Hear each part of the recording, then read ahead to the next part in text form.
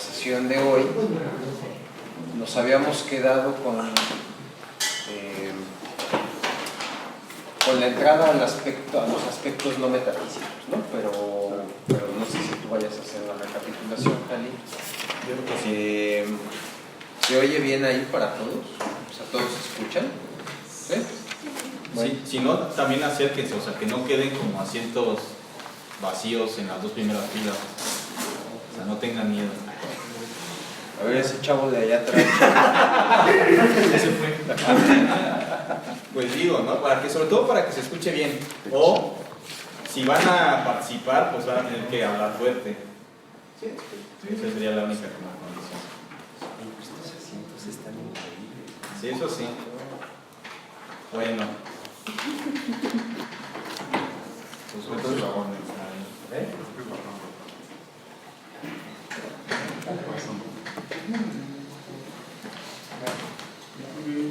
Bueno, ya empezaré. Sí. Bueno, pues, otra vez buenas tardes. Qué bueno que sí llegaron hasta el anexo. Difícil llegar. Antes de retomar en donde me había quedado en la exposición pasada, quizás valga la pena hacer como pues, un breve recuento de lo que vimos. Me parece que nos concentramos exclusivamente en el capítulo 1 de los rasgos fundamentales de una metafísica del conocimiento y en el capítulo 1 que se dedica Hartmann a establecer en qué consiste lo que él llama el problema del conocimiento. Entonces, nos detuvimos y un poco mi idea de la exposición era irnos preguntando por ciertos conceptos que Hartmann va reelaborando a lo largo del tratado, partiendo de la tradición, pero sí haciendo matices que no estaban propiamente hablando en las posturas o tesis anteriores. Entonces, un poco comenzaba diciéndoles pues el sentido de los rasgos fundamentales, que era una indagación, un tanteo de las cosas, y en ese sentido no era propiamente un sistema, aunque sí tenía una actitud sistemática Hartmann para tratar el problema del conocimiento. Nos detuvimos en este nuevo sentido de crítica y sistema. Un poco lo del sistema es esto que les decía, no anticipar una suerte de concepción para tratar de aprender la realidad, sino al revés, desde las cosas mismas como aparecen, tratar de ir como desentrañando cuáles son las relaciones que hay detrás de las cosas, o las cosas mismas más bien, y la crítica que era como este proceder, esta manera de retroceder ante los puntos de vista que hay acerca de algún problema, en este caso el problema del conocimiento. También nos detuvimos un poco acerca de qué entender por metafísica, sobre todo estas distinciones que hace Hartmann acerca de la metafísica de los problemas, la metafísica especulativa, la metafísica del sector de problemas basándose en Christian Wolff, porque a partir de aquí es como Hartmann nos iba a ofrecer lo que él entiende por problema, porque su propuesta es una metafísica de los problemas en el sentido de que todo problema está articulado o tiene una suerte de estructura, y en esta estructura nos detuvimos pues bastante tiempo. Las tres partes que estaban ahí, que creo que no se ven muy bien, pero sí, ya lo voy a hacer grandecito. A ver. Sí. Sí, que estos son los tres componentes del problema, ¿no? Que habíamos visto que una parte era como que sí aludía a la persona que plantea la cosa, pero por otro lado hay una tradición en la cual los problemas están insertos y esa no la ponemos nosotros, pero sí tenemos que hacer caso de ella para poder como, pues vamos a decirlo así, contextualizar el problema.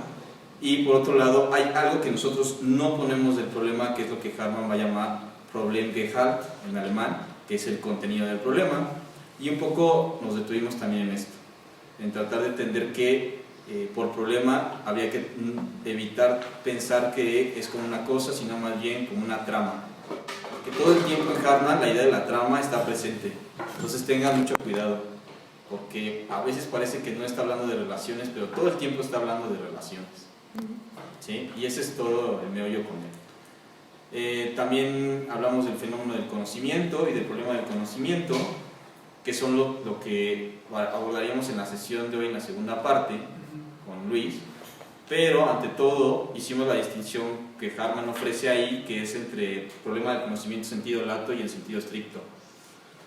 Y pues el sentido lato era estas divisiones que puede hacerse en el problema del conocimiento enfocándose en algún polo de la relación sujeto-objeto, y que él decía que dependiendo en dónde uno ponga la mirada es el tipo de aspecto que va a haber del problema del conocimiento. Si lo haces en el sujeto, te vas a dirigir a lo psicológico. Si te enfocas en el objeto, hay dos caminos, uno es el lógico y el otro es el ontológico. Pero eso era el problema del sentido lato, es decir, el sentido lato porque está como dividido en partes. Pero en sentido estricto, o sea, enfocándonos en la esencia o el sentido primordial que sería el problema del conocimiento, sería más bien la relación sujeto-objeto, o el conocer y el ser, o lo nociológico y ontológico en el problema. Y voy un poco rápido, pero esto ya lo habíamos visto, entonces como es recapitulación, pues me doy esa licencia. Pero si ustedes quieren como que algo lo repita o lo explique mejor, lo pueden pedir sin ningún problema.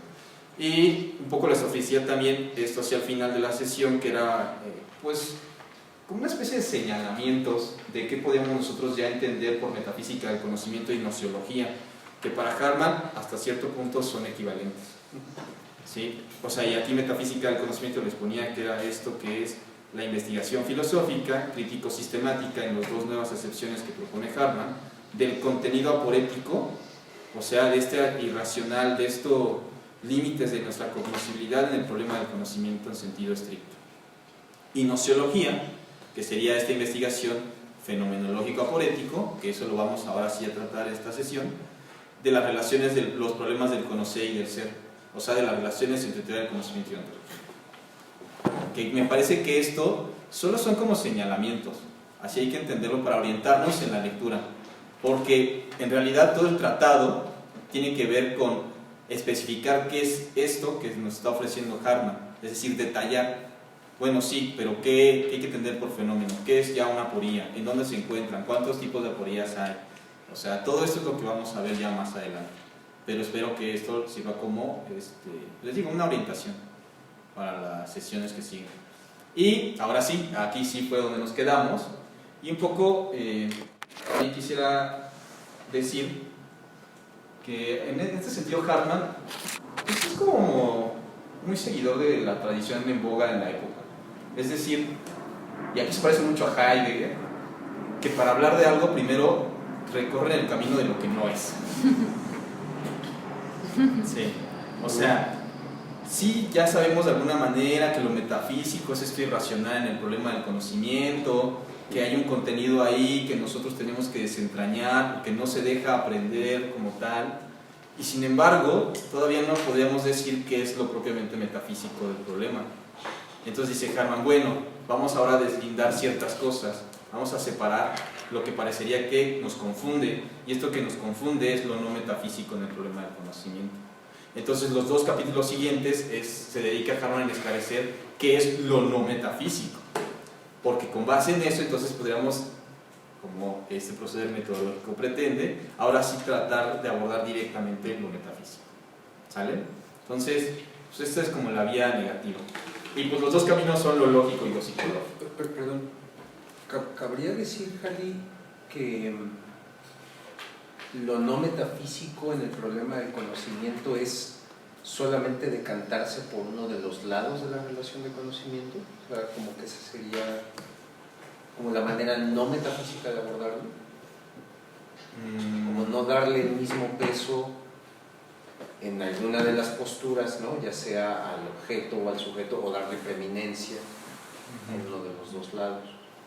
Yo creo que sí.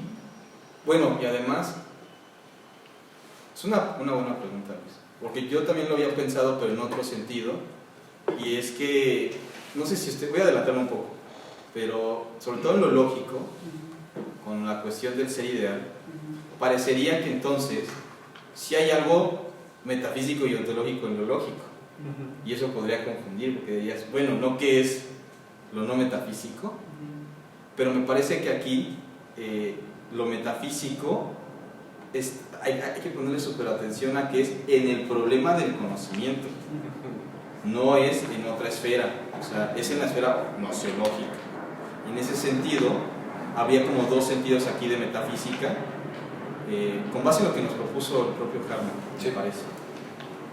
Uno, que sería el que él está proponiendo, que es atender esto del problema y de la conexión entre conocer y ser. Y ahí sería lo metafísico, y entonces sí sería lo que bueno, me parece que apuntabas, que si tú te quedas como en un lado, esto sería no metafísico, porque no te quedas en la visión de conjunto que implicaría la metafísica. Eso es una. Pero la otra, que me parece que está implícita en lo que dice Hartmann, es que cuando tú te decantas por uno de los polos de la relación sujeto-objeto, también caes en un tipo de metafísica. En una metafísica de corte pues especulativa o lo que sea, ¿no? Pero, ¿por qué digo esto? Porque al final lo que haces es hacer absoluto un polo, que en realidad no lo es. Y ese sería otro sentido de metafísica, que me parece que está de fondo. Sí. Que él no, como que no lo dice tal cual, pero bueno, no sé si me estoy dando a entender, en ese sentido de hacer algo, hacer pasar algo que solo es una parte como si fuera el todo. Eso es lo que sería un proceder metafísico en un sentido negativo, por decirlo así. Pero no sé si... O dogmático. O dogmático, me parece. Sí. Sí. Es una duda. O sea, según lo entendí, él menciona que la lógica lo que hace es de alguna manera dar como una dirección hacia las proposiciones a priori del conocimiento. O sea, los silogismos cómo se van desenvolviendo, de alguna manera un camino de regreso hacia las proposiciones a priori. Y la nociología es quien tiene el papel de justificar esas proposiciones primarias. Entonces, por eso no se puede como tal decir que es donde entra el problema del conocimiento completo en sentido estricto, porque trabaja el objeto, o sea, según yo dice que el objeto lo trabaja porque lo que hace de alguna manera es abstraer los objetos y no toma de alguna manera en consideración la cuestión de que el conocimiento depende de la sensación. No sé si eso es... Pues va por ahí, pero es que, bueno, nos estamos adelantando un poco en la cuestión de lo lógico. Yo creo que todo el chiste con Hartmann, al menos así es la lectura que yo les ofrezco, porque tampoco pues es mi lectura del apartado, es que hay que identificar qué sentido de lógica, porque la lógica que estás aludiendo aquí es entre lógica formal y lógica trascendental, porque estás hablando de proposiciones a priori, y ahí Hartmann como que trata de distinguirlas una de las otras. No sé hasta qué punto lo logre, ¿no? Pero creo que ahorita en lo que les traigo aquí lo podremos desarrollar un poco, pero sí habría que tener cuidado en eso por un lado, y por otro lado lo de la abstracción, porque justo lo que va a decir Hartmann es que la lógica no es abstracción, o no es abstracción en el sentido de una función del pensamiento. Ese es todo el giro de la lógica en Hartmann, que no va a ser lógica del pensamiento, sino del ser ideal. Y en esa medida, quizás en otro sentido de abstracción, ¿no? Como algo que está separado, que también puede ser eso abstracto, quizás por ahí sí, porque el ser ideal por eso es objetivo. Pero, insisto, es como ahorita como aventar algunas cosas así como en general. Pero sí, más o menos, ¿sí? Bien. Sí, pues vamos ahora sí, por partes, ¿no? El problema del conocimiento. ¿Y qué nos dice Hartmann? El fenómeno del conocimiento es la aprehensión del objeto. Esta es la base. Entonces, pues ya aquí nos está dando los polos que les mencionaba hace un momento. El sujeto es el primer polo, y este sujeto, como la larga tradición moderna muestra, tiene una función que es el acto de conocer. Y aquí es donde parecería que está la, por decirlo así, trampa del enfoque psicológico. O quizá, bueno, no trampa, pero sí como el enfoque de su mirada para investigar las cosas. Porque lo psicológico se va a preguntar por esta conciencia que está detrás del conocimiento. Es decir, si el conocimiento es una aprehensión del objeto, pues no va a haber conocimiento si no hay un sujeto que aprenda. Y ese sujeto que aprende, que es una conciencia cognoscente, entonces parecería que es el fundamento del conocimiento, y entonces tendríamos que investigarlo y enfocarnos en cuál es la función de esta conciencia cognoscente para tratar de dar cuenta del fenómeno del conocimiento. Esa sería la postura un poco de la psicología, o de lo psicológico, o de la psicología del conocimiento, como lo pone Hartmann en el tratado, ¿sí? Y entonces eso nos conduce a otras ideas, ¿no? Y esta es la siguiente, que el conocer es una actividad psíquica. Y esto es importante, es una actividad, es algo que se lleva a cabo. O sea, algo que se realiza, algo que el sujeto está poniendo en marcha. Y en esa medida, parecería entonces que el conocimiento es un fenómeno de conciencia y que lo importante siempre va a ser, para dar cuenta del conocimiento, las condiciones subjetivas. Aquí hay que hacer un matiz que el propio Hartmann nos ofrece, y es que, al menos en la parte psicológica, se distinguiría de la trascendental, en la medida que lo subjetivo aquí no está entendido en un sentido universal. Y por eso, el sujeto al que alude la psicología es el sujeto empírico. Y sujeto empírico con estas características que les pongo aquí, que es individual, está dentro de un proceso, es algo dado, es sensible, es empírico. Y aparte es experimentable. Y eso es muy importante porque aquí está el guiño que nos está haciendo Hartmann de cuál es el enfoque de las ciencias de su época en cuanto a lo psicológico. O sea, que ya se está formando la psicología como una ciencia y en esa medida se puede investigar mediante experimentos. Entonces aquí está también la crítica de Hartmann a la psicología de este tiempo. Y además está en el tiempo y es un sujeto real. Por él. A la base es eso lo importante, por eso lo pongo al final, que en la psicología del conocimiento se está hablando de un sujeto real para Hartmann. Y esa sería la diferencia con, al menos como él lee, con Kant, que en Kant sería un sujeto ideal, trascendental. Pero bueno, ¿sí? Entonces si nosotros investigamos a este sujeto empírico, parecería que vamos a dar cuenta del conocimiento. Y el conocer sería entonces una estructura y proceso. ¿Sí? Una estructura y proceso, entendida la estructura con esto que les pongo aquí como relaciones.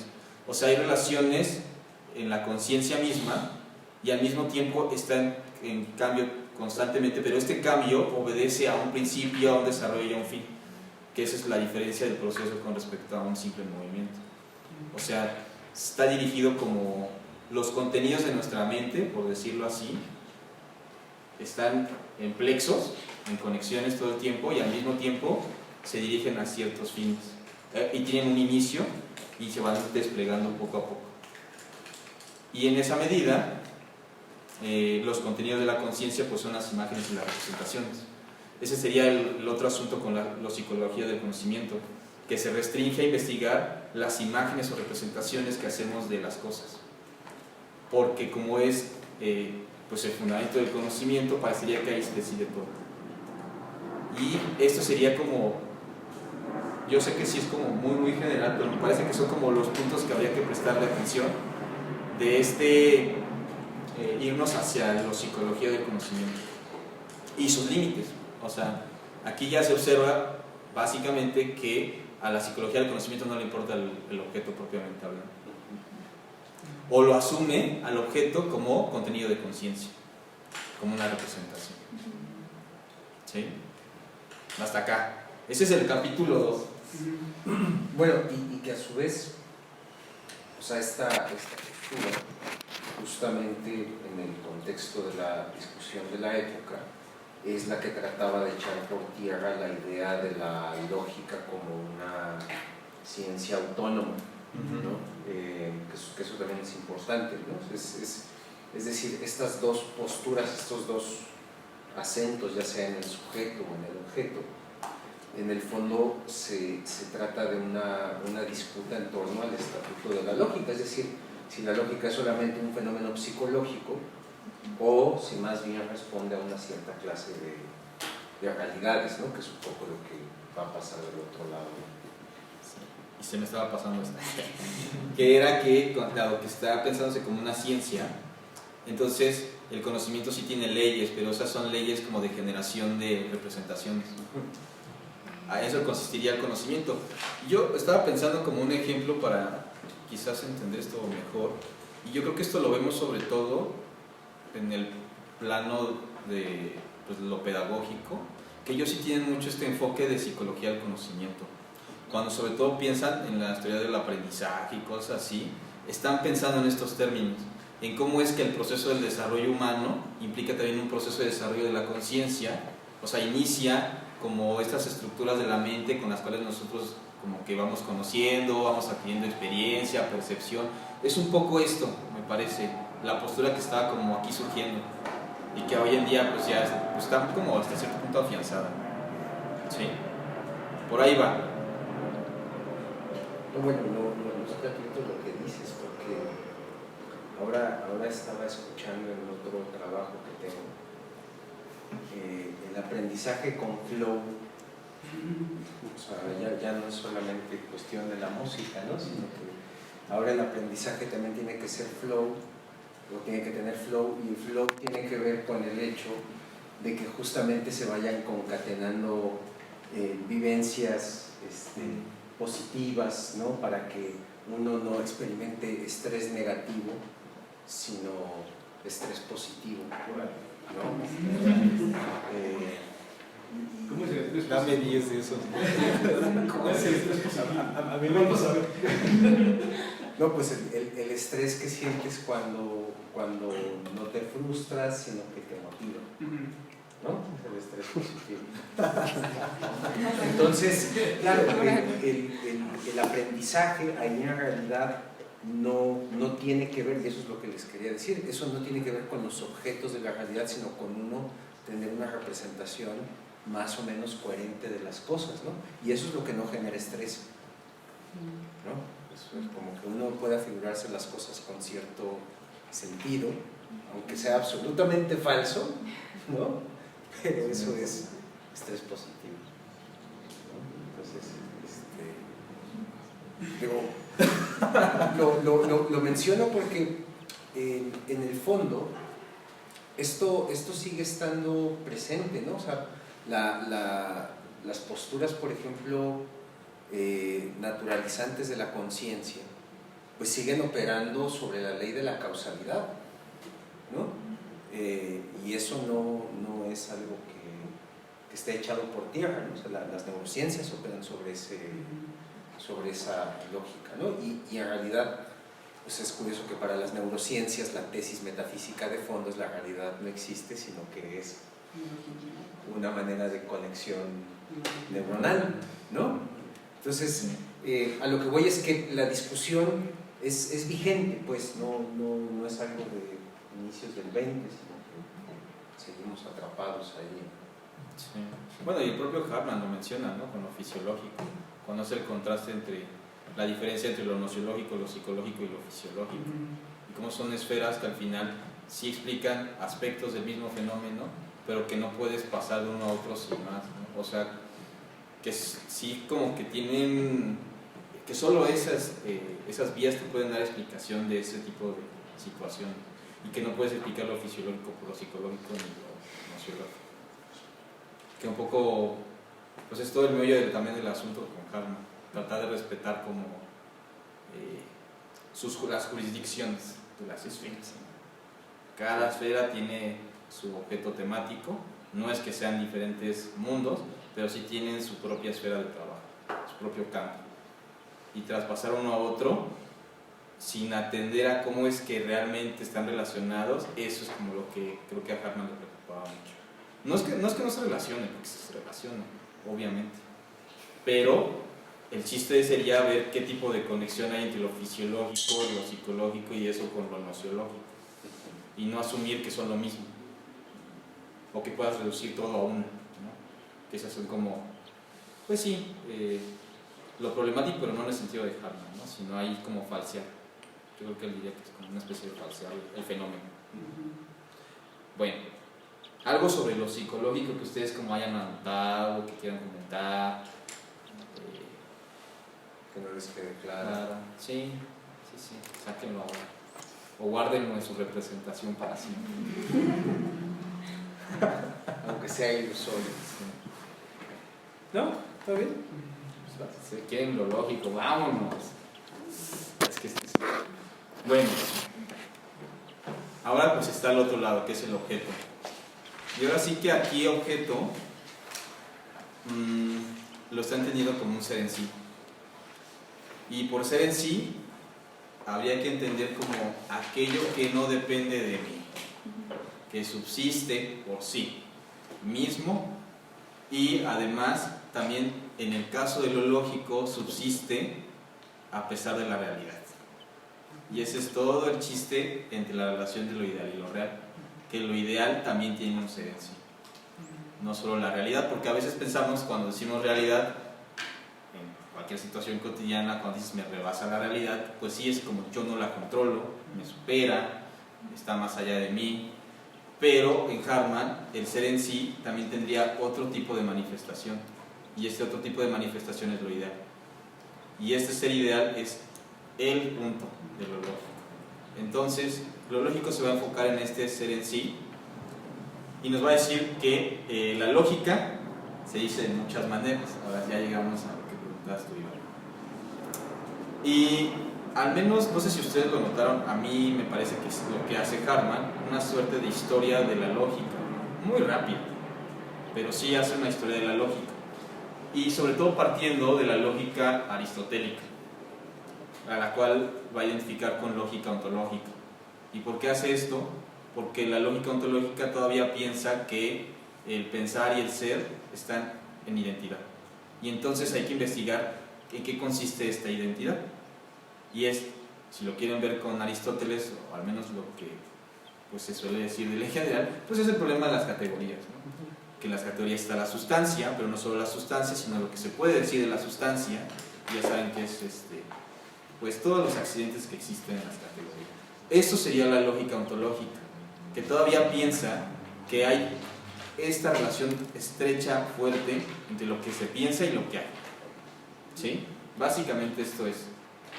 Y a partir de esta lógica ontológica va a ir como transformándose lo que nosotros hasta hoy en día podemos entender de lógica. Y Hartman nos va a ofrecer estas otras acepciones a partir de ciertos autores. Está la lógica formal que les pongo aquí. Esa sí es más conocida para acá nosotros, ¿no? Porque ahorita nada más digo esto rápido, la lógica formal, porque es la lógica simbólica. O sea, pero aquí está entendiéndose todavía en el sentido de Aristóteles, que tenía estas formas de premisa mayor, premisa menor, silogismo. Porque justo en esta época es donde empieza a surgir la analítica. Entonces, me parece que Hartman todavía está pensando en cómo es que incluso en la lógica aristotélica se empieza a distanciar el problema del ser y el problema del pensar, y entonces el pensar son como formas vacías, y estas formas que podemos llenar con cualquier tipo de contenido son las que estudiará la lógica, y por eso es lógica formal. ¿Sí? Ahora sí, Ricardo. Perdón, me quería regresar un poco con lo de psicologismo. ¿Siempre conocemos en base a un estado anímico? Yo diría que sí. O sea, ese va a ser el punto de Hartman, de hecho, que no puedes prescindir en el fenómeno del conocimiento de todo lo que implica la subjetividad empírica, y es una de las cosas es el estado de ánimo, que parecería que no. Bueno, no sé qué diga Luis, pero según yo sí va por ahí, que ahora sí es recuperar como al sujeto pues lo más entero posible en el proceso de conocimiento. Lo que pasa es que, o sea, cuando, por ejemplo, ¿no? A ver, si no, el chavo de ahí atrás me regaña con lo que voy a decir, pero un poco lo que pasa en la aproximación fenomenológica al conocimiento, concretamente la de Husserl, es que se hace del acto de conocimiento, de la vivencia de la evidencia, una vivencia que puede ser descrita en su esencia, como un tipo de vivencia intencional que no es idéntica a la vivencia intencional de los sentimientos. Entonces, para Husserl, el análisis del conocimiento es el análisis específico de la vivencia intencional del conocimiento. Eso para Hartman es una ingenuidad, ¿no?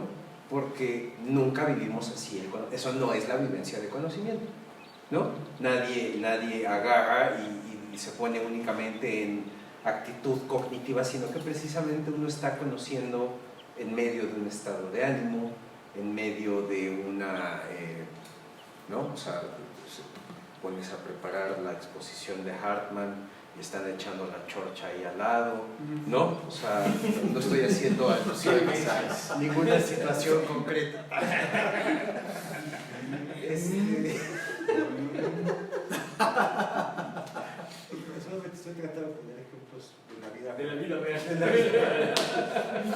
Perdón por afectarte. No, él se puso el saco, ¿eh? Él se puso el Su vivencia. Y entonces, un poco lo que está tratando de decir Hartman es que nosotros tenemos vivencias de aprehensión, pero o en conjunto o entreveradas con las vivencias aprehensivas, tenemos también estimaciones, opiniones, pareceres sobre eso que estamos aprendiendo, ¿no? Es como muy curioso, ¿no? Que tú puedes estar viviendo, ¿no? O sea, alguien, imagínate que tengas un prejuicio, no estoy diciendo que sea tu caso, un prejuicio racial, ¿no? Y entonces alguien con quien tú tienes un prejuicio de ese tipo se está comportando de la manera más espléndida, y esa es la vivencia concreta, pero a eso tú le pones además el hecho de que, no, pero es que cuidado. Eso es la vivencia de conocimiento, ¿no? Y entonces lo singular de la vivencia de conocimiento es que hay un montón de aprehensiones que están como, si me permiten así, embadurnadas en toda una serie de cosas que no son aprehensiones, ¿no? Y eso es un poco lo que Hartman quiere poner a la vista, ¿no? Es decir, un sentimiento no es un conocimiento. Es decir, yo puedo estar sintiendo tristeza, pero no por eso sé qué es la tristeza, ¿no? Entonces por ahí es donde va a tratar de ver qué conexiones hay, y sobre todo para mostrar precisamente desde ese lado de las vivencias que las cosas no se reducen a ser objetos, ¿no? Que eso creo que es como pues es una nota también muy característica de la época, ¿no? No reducir, o al menos en posturas no cientificistas, no reducir las cosas a ser objetos de conocimiento. Me surge una pregunta rápida. Sí. Hartman apoya la pluralidad de emociones alrededor de todo el cuerpo, o solamente se queda en la conciencia. O mejor dicho, una pluralidad de conciencias en el propio cuerpo. A ver, eso igual o sea, es un tema tangencial, pero sí es importante. Lo que para Hartman es fundamental en la vivencia del mundo es lo que él llama actos emocionales trascendentes, ¿no? Y el acto emocional trascendente tiene que ver con el hecho de verse topado por las cosas, ¿no? Ahora, yo no me veo topado por las cosas como un estado interior, sino precisamente, por ejemplo, la compulsión que siento por la fuerza de la ley que va a mi casa y me toma, ¿no? Me toma preso, ¿no? O puedo sentir también otra clase de presión, por ejemplo, por el estrés laboral, ¿no? Entonces, podremos decir que las emociones abarcan tanto lo interior como lo exterior, ¿no? Esa sería como un poco la idea, ¿no? O sea, y eso es algo que ya está presente acá. No hay que entender por en sí o por independiente únicamente lo que es realidad externa, sino también la realidad interna. Es decir, en la constitución de la conciencia hay conexiones de emociones que son en sí, ¿no? Eso no depende ni de ustedes, y eso precisamente es lo que posibilita un análisis, por ejemplo, fenomenológico de las emociones, ¿no? Y pensar su conexión genética y este tipo de cosas. Entonces, una de las representaciones de las que hay que alejarse es de que esta cuestión del independiente o del en sí es únicamente lo que está fuera del cuerpo, no, también es lo que sucede en la conciencia, ¿no? ¿Sí, más o menos? Sí. Bueno, continúo. ¿Qué Sí. tenías que pensar? No. Es que eso del ser en sí está interesante. Entonces me quedé pensando en eso, pero bueno, volverá. Sí, en sí. Pues es que un poco en realidad es Parménides, ¿no? Sí, lo que está de fondo, ¿no? O sea, Sí. el ser no depende de las opiniones que yo tenga sobre él, ¿no? O sea, prácticamente Hartman está desdoblando esa idea. Perdón, no sé si sea conveniente, a propósito de que preguntaba Ricardo también, es que hay que recordar, solo digamos desde un punto de vista estrictamente contextual, en donde está inserto Hartman, evidentemente, que la psicología y el psicologismo no se entienden como creo que se entiende en general hoy en día. Por eso el tema de las emociones, desde luego, que tiene mucha relevancia desde una concepción contemporánea de la psicología. No es que no se tratara, como lo ha dicho muy bien Luis, ¿no? Pero como que lo psicológico y la psicología de finales del siglo XIX y principios del siglo XX tenían que ver con todo el proceso cognoscitivo, digamos, ¿no? Todo eso que se englobaría dentro de la esfera que denominan psique, ¿no? De una manera muy genérica, un poco para eludir hablar de espíritu, hablar de mente inclusive, ¿no? O de conciencia a veces. Y en esa medida lo psíquico tiene que ver con todas las realidades anímicas o digamos, de vivencias de las que tenemos conciencia los individuos. Evidentemente lo emocional está allí, pero también lo lógico en cierto sentido. De ahí que el psicologismo pretendía abarcar también lo lógico. Un poco Hartman está como poniendo las fronteras y no. Lo lógico iba por otro lado, más de fondo diríamos, ¿no?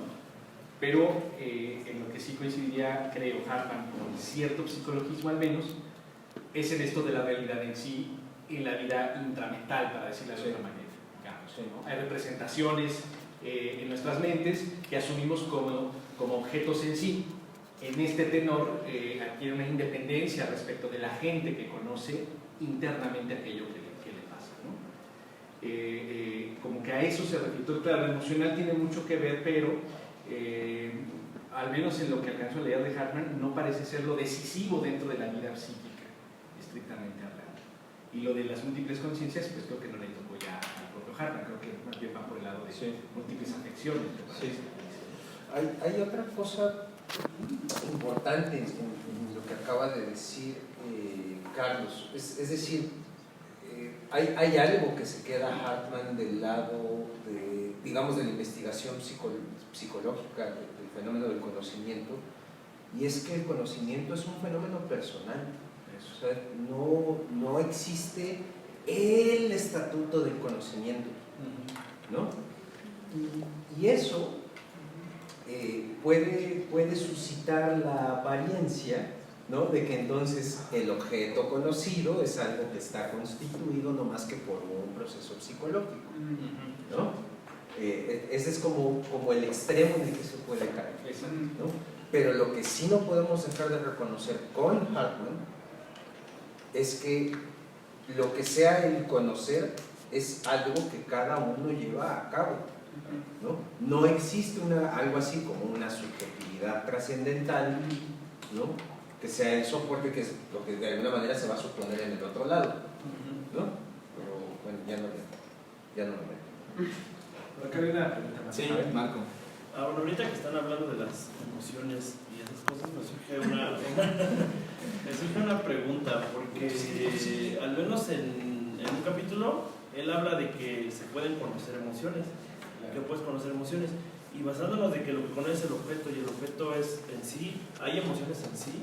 O sea, ¿hay algo como el dolor en sí, la tristeza en sí, algo que sea el objeto en sí del sentimiento?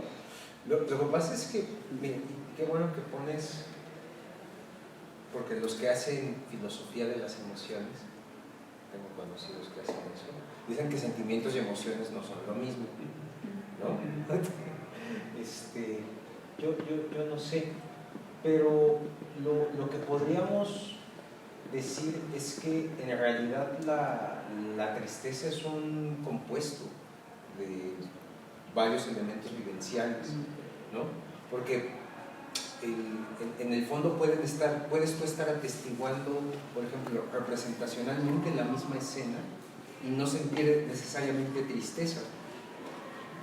Y sin embargo, y eso es a lo que voy, si no está presente ese objeto, puedes no vivir la tristeza. Por ejemplo, perdón, ya sé que van a decir, piensan que estoy con el corazón roto, pero eso es la vivencia del amor, ¿no? Vas al lugar en el que te enamoraste, que te pareció absolutamente maravilloso, ¿no? Y eso o te produce una profunda nostalgia, o si ya eres un deconstruido y toda la cosa, ¿no? Aceptas tu pasado alegremente, ¿no? Agradeces a la vida lo que aprendiste. ¿Sí lo ves? Entonces, a lo que voy es a lo siguiente. Cuando Hartman está hablando de las emociones, por ejemplo, cuando dice el estar concernido no es propiamente un estado de ánimo, sino es como una disposición que hay ante las cosas, donde uno puede estar concernido, sí, con un sentimiento de tristeza o de alegría, pero eso en realidad es un fenómeno psicológico. No es un fenómeno que tenga que ver con la emoción, no es decir, cómo yo me veo compelido por la cosa, ¿no?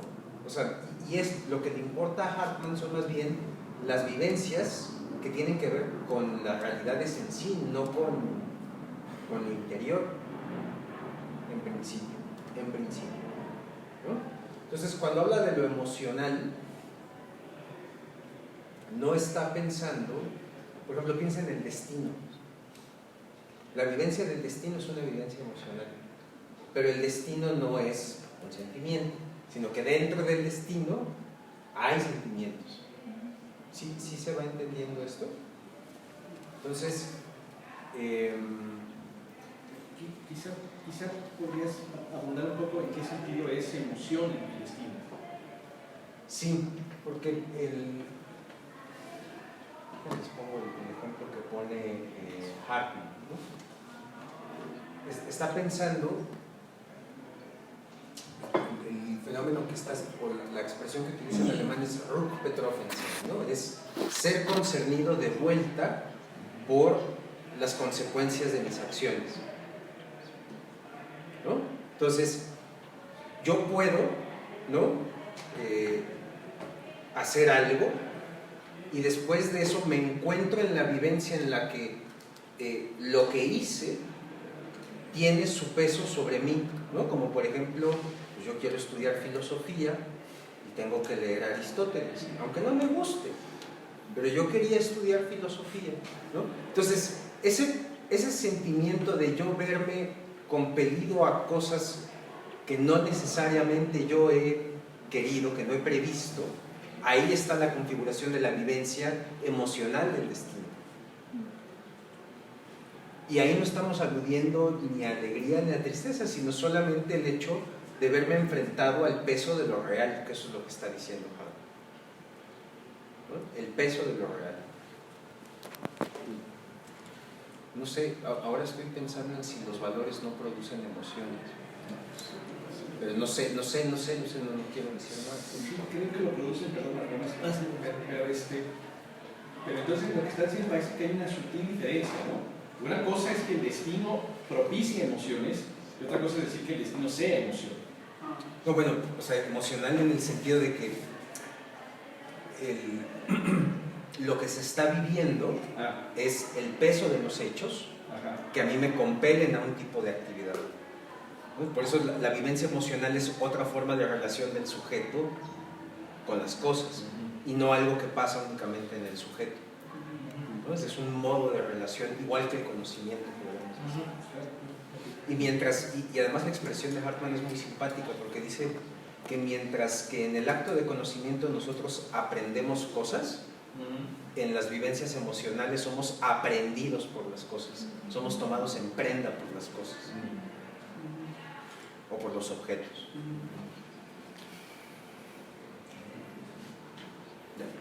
Bueno, ibas a comentar otra cosa. Es que a mí me pasa lo mismo que Carlos con el destino, pero a mí me pasa con el objeto. O sea, entiendo perfectamente que el objeto puede causar alguna emoción y que aprendemos también filtrados de alguna manera por emociones, pero como lo que no entiendo es por qué Hartman dice podemos conocer las emociones, porque bajo lo que me está explicando, no conocemos emociones. Usted dijo, no es como que no conocemos, no sé, como dice el burro, ¿no? Un gatito llorando y eso te causa tristeza, ¿no? Pero no estás conociendo la tristeza. Hay un objeto, lo conoces y ese objeto causa una emoción. Entonces, no puedes, o sea, no entiendo por qué Hartman se puede conocer una emoción, porque bajo esa bajo esa explicación no puedes conocer la emoción. No. Solo es un Lo objeto. que pasa es que es un segundo acto de conocimiento, ¿no? Es decir, yo veo tal cosa, experimento la tristeza, pero después puedo decir, ¿y qué es esto que viví? Es decir, ¿cuál es la realidad de la tristeza sobre mí?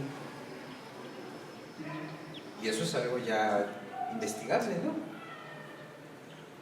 No lo que me causó la tristeza, sino la naturaleza ya de cómo viví esa cosa, es cómo viví el peso de lo real, pues apesadumbradamente. Y entonces uno se podría preguntar, ¿y cómo se ha constituido esa...? Pero eso es porque la tristeza tiene una realidad en sí, ¿no? Ojalá y no la tuvieran, pues. Es que el esquema, sí, un poco en relación con lo que dice Marco, el esquema se parece a la maniobra de Aristóteles de las categorías, precisamente. O sea, si se fijan estrictamente hablando, no conocemos la cualidad, conocemos cualidades en concreto, el color, la textura, el sabor, etc., ¿no?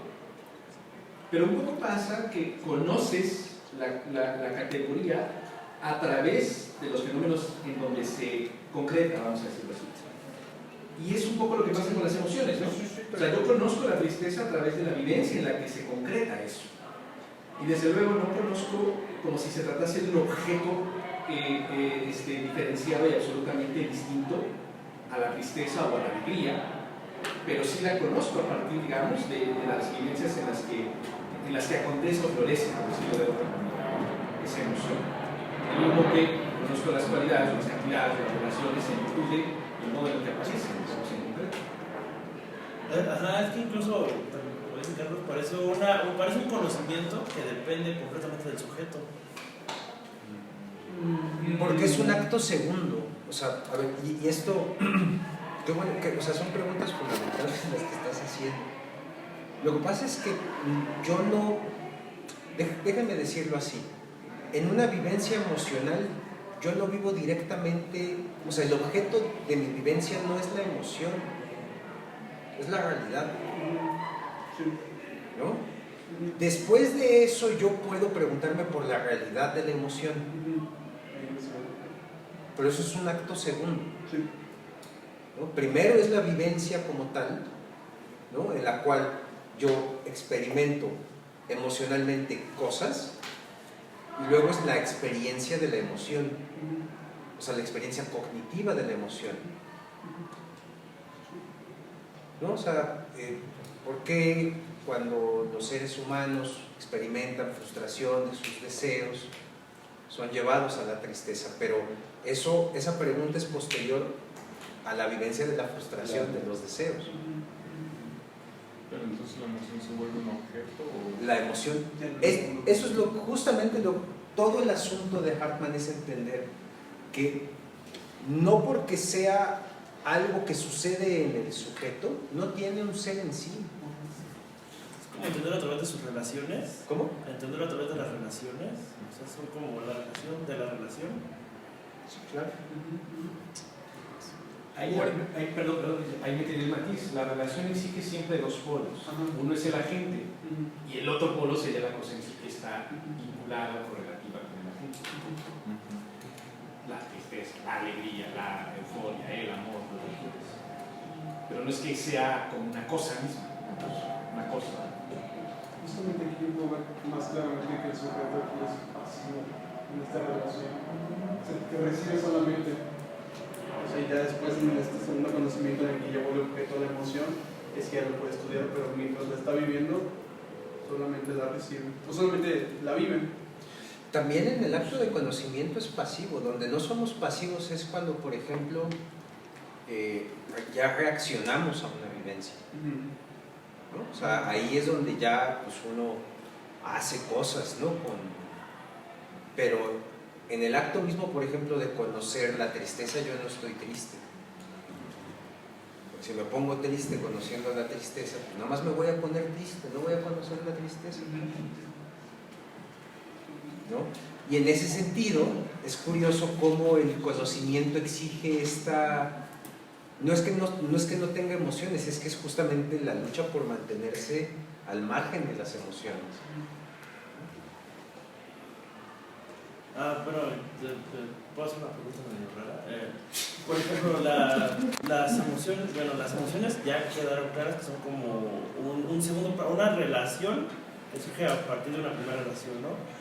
¿Puede haber, en Hartman, otro ejemplo de una relación secundaria que se crea a partir de una primera relación, que no es una emoción? Sí, claro, la vivencia del error.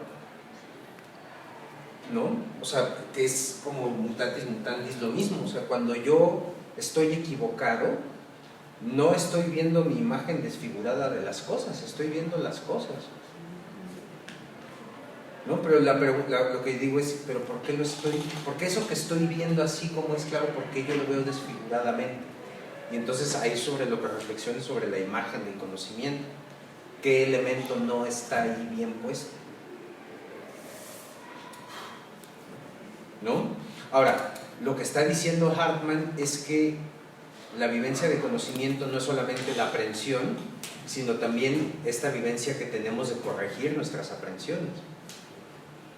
Y esa es la crítica precisamente al análisis puro de la vivencia de conocimiento, ¿no? Que no se le mete con otras vivencias. ¿Sí, más o menos? Sí. Y decían que no a lo psicológico y es lo que más tiene inquietud. Está bien, va saliendo. Hay unos versos de Petrarca, ahorita que estaba Marcos planteando estas preguntas.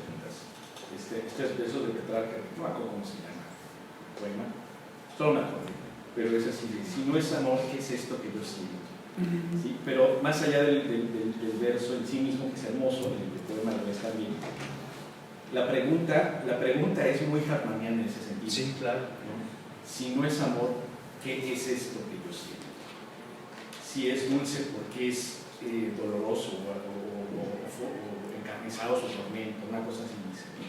Está jugando con paradojas, pero el punto que motiva el verso es el buscar el objeto ese que le está suscitando una vivencia. Es como si en efecto estuvieran emplazando la relación, tratando de cazar ese otro elemento del cual es consciente él, aunque no con precisión. Ese otro elemento sería la emoción, digamos. La relación que anuncia al objeto, no es que la relación sea el objeto, pero la relación te puede anunciar un objeto que no es preciso en sus bordes, aunque ya se anuncia, digamos, ¿no? Y por tanto es real, sí, entiendo yo. Sí. Y que eso también es la vivencia del no saber. Exacto. Es que el no saber se insinúa también así. ¿Qué es esto entonces? Sí. El poema es cancionero. Está en los cancioneros. Es el 132. El 100. Gracias, sí. Órale. Y una vez léanlo, ¿no? Precioso. Ay, tenemos todo eso. Pues a mí ya Por fin salió lo que yo quería. la poesía. Hagamos metafísica de las emociones. Si no es amor, ¿qué es esto que yo siento? ¿Lo tienen por ahí? El poema lo tienen completo. No, pero. No sabía, sí, eso. Pero tal vez me lo sé. Si no lo tenemos aquí, ¿dónde está? Está aquí. Exacto, ahí les está. Ahí es donde les está. Se están poniendo muy metafísicos. Bueno, pero sí hay que volver. Que si no, ni siquiera vamos a terminar esto. Y no, ¿qué pasa? Bueno, Es que tú no quieres acabar. vamos a acabar. Porque alguien quiere más bien presentar. En fin. Bueno, nos habíamos quedado con la lógica formal, ¿no? Y ahora sí viene lo que preguntabas tú, Iván. Por fin, que es lo de la lógica trascendental. Sobre todo la manera en la que lo interpreta Hartman, que me parece que sí es como bastante singular. Al menos yo no lo había leído así a Kant. Y la lógica trascendental es una lógica del conocimiento. Es como una especie de punto intermedio entre la lógica formal y la lógica ontológica. ¿Por qué? Porque la lógica ontológica, digámoslo así, se preguntaría por la relación entre ser y conocer, ¿no? Bueno, ser y pensar, perdón. La formal parecería que hace a un lado lo que el ser, pero la trascendental todavía se está preguntando por el ser, pero en la medida que es conocido. Y por eso se pregunta por el fenómeno. Y esa es la lógica de Kant, la lógica trascendental. Por eso digo que es un punto intermedio. Ya no nos vamos a preguntar por el ser en sí, sino cómo aparece. Hay una suerte de relación entre lo que podríamos decir que es real y el pensar. Es la lógica de las categorías. O sea, la relación entre los conceptos y el fenómeno. Esa sería la lógica trascendental. Y es a priori, en la medida en que se pregunta, y lo dice, y eso lo hemos citado aparte muchas veces aquí, no por el objeto, sino en cuanto es posible de conocer por una conciencia de manera independiente. O sea, es este sentido como de a priori trascendental. Y en Hartmann, el chiste aquí es que es ideal en la medida en que es un sujeto universal, que puede estar presente en cualquier tipo de conocimiento en concreto. Y lo atraviesa, por decirlo así. Está todo el tiempo ahí, estas condiciones que pone el sujeto. Y a ver si me está pasando otra cosa. No, pero creo que en general, para tener como un vistazo de la lógica trascendental, sería así. Gracias. El punto aquí es que Hartmann va a decir que Kant caería, aunque a mí no me queda del todo claro por qué lo hace, pero caería en una lógica especulativa. ¿Por qué? Porque al volver a este sujeto trascendental como la condición fundamental de todo conocimiento y por tanto de toda la realidad que podemos conocer, parecería entonces que otra vez el sujeto se vuelve como fundamento y su pensamiento es donde recae todo el peso del conocimiento. Y entonces ahí está como el trayecto con la lógica especulativa que estaría en Hegel representado. Y sería en Hegel representada porque ahí se preguntaría por el pensamiento que se piensa a sí mismo, o el espíritu que se puede conocer a sí mismo como fundante de toda la realidad posible, o de que todo lo real es racional y todo lo racional es real. O sea, esa tesis de Hegel, que sí está, digamos que sería como la manera de entender la lógica especulativa, ¿sí? Que otra vez vuelve la identidad entre ser y pensar, pero a partir de un proceso de realización constante. Sí, puesto por el logos, ¿no? Ese sería como el exceso especulativo. Claro. El ser puesto por el logos. Sí, es producción, es concepción, esto que decía en un inicio en el tratado. Ese es como el punto esencial de la lógica especulativa. Y en Kant como que estaría como una cosa ahí más o menos, porque el sujeto sí tiene una suerte de espontaneidad, no absoluta, como el idealismo posterior, pero sí hay algo en el conocimiento que sí es puesto por el sujeto. Y eso es lo que me parece que ahí Hartmann ya no estaría de acuerdo. Pero esa sería otra lógica, la especulativa, la que radicaliza que el pensar puede producir el conocimiento. Y por ende, la realidad. ¿Sí? Y bajo este tipo de sentidos de lógica aparece en el siglo XX la distinción entre, bueno, de verdad, la lógica es algo que pertenece a la esfera del pensamiento o no. Si podemos hablar de que hay objetividad en la lógica, ¿de dónde proviene esta objetividad? ¿Por qué podemos decir que las leyes de la lógica son universales y necesarias o no? Pero hay una suerte de leyes que sí, o sea, ya empiezan estos problemas como a salir a la luz, sobre todo en esta época, y por el neocantismo, evidentemente también, que está un poco lo que nos decía Tomás, me parece, en la sesión pasada, nos ilustra, ¿no? De que ya no hacer depender el conocimiento de la esfera de la estética, sino tratar de pensarlo desde la pura categoría. Y entonces Hartmann dice, sí, hay que recuperar esta visión ya ahora desde el objeto, y él va a decir, lo lógico entonces sería una suerte de estructura ideal objetiva de todo contenido de conocimiento. Y esto, en realidad esta estructura ideal objetiva, se basa en algo que el propio Hartmann no menciona aquí, da como ciertos guiños, pero es pues una manera de ser de los entes. Es decir, está tratando de devolver otra vez esta relación entre ontología y lógica, pero ya no desde una concepción univocista del ser, es decir, como que el ser solo se puede entender de una manera fundamental sobre todo, sino que el ser tiene muchas maneras, y esto no es solo algo que hace Hartmann, sino otros pensadores, pero en Hartmann estas otras maneras de manifestarse el ser, porque aparte él distingue entre modos, maneras, etcétera, etcétera, relaciones. Eso está en la ontología y está presupuesto de alguna manera en lo que está investigando aquí. Entonces, a la base, si es el polo del objeto, el objeto se refiere a algo que es, y esto que es, o sea, los entes, tienen un tipo de manifestación que no solamente es la realidad, sino lo ideal. Ese es como el fundamento de la lógica que propone Hartmann, que la lógica se enfocaría en pensar el objeto en su manifestación ideal. Y esa manifestación ideal que tienen los entes, que tiene lo que es en tanto que es, la puede tener el pensamiento, porque el pensamiento también existe y es. Y entonces voltea la cosa, porque nosotros diríamos no, o sea, lo ideal es lo que pone el pensamiento, pero no, porque lo ideal ya es algo en sí, es algo en sí de lo cual puede participar el pensamiento, y eso sería la lógica, tratar de dar cuenta, al menos yo lo pongo en estos términos, de las relaciones de subordinación del pensamiento al ser ideal. Eso es la lógica para Hartmann.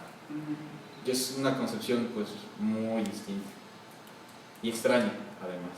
O sea, les soy sincero, a mí todavía me cuesta trabajo entenderla, pero lo que sí digamos le reconocería, que me parece que es muy interesante, es que cuando pensamos en el ser decimos, claro, el ser es como algo universal, pero no nos preguntamos qué tipos de universalidades existen, ¿no? Y parecería que sí hay una suerte de universalidad que es ideal. Un poco piénsenlo, o al menos yo lo pensaba así con Platón. O sea, por algo las ideas o las formas tenían una suerte de universalidad. Y yo creo que esa es la intuición que tiene Hartmann. Es decir, que hay algo que puede ser universal sin necesariamente tener realidad. Y hay que explicar eso. Y eso es el ser ideal.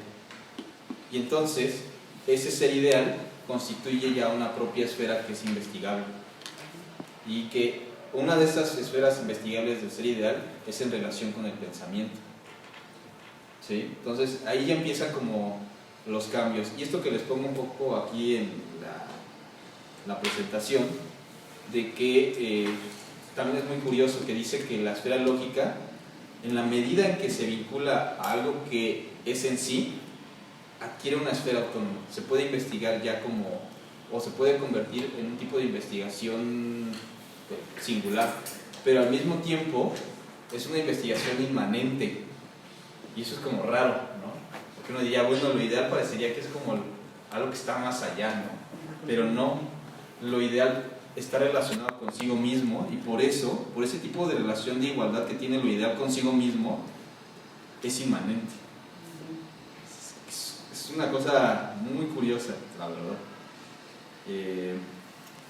Y todo el chiste de la esfera ideal y la esfera lógica es tratar de reconocer que esto ideal no depende del sujeto individual empírico, o sea, lo trasciende, por eso es en sí con respecto a este sujeto empírico, pero también con respecto a los objetos o los entes reales. También. No es que no se vinculen, porque son maneras del ser, pero sí que puede ser como investigado de manera independiente. ¿Sí?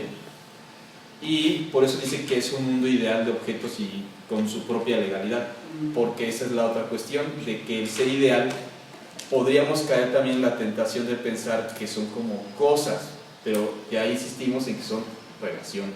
Por eso dice estructura.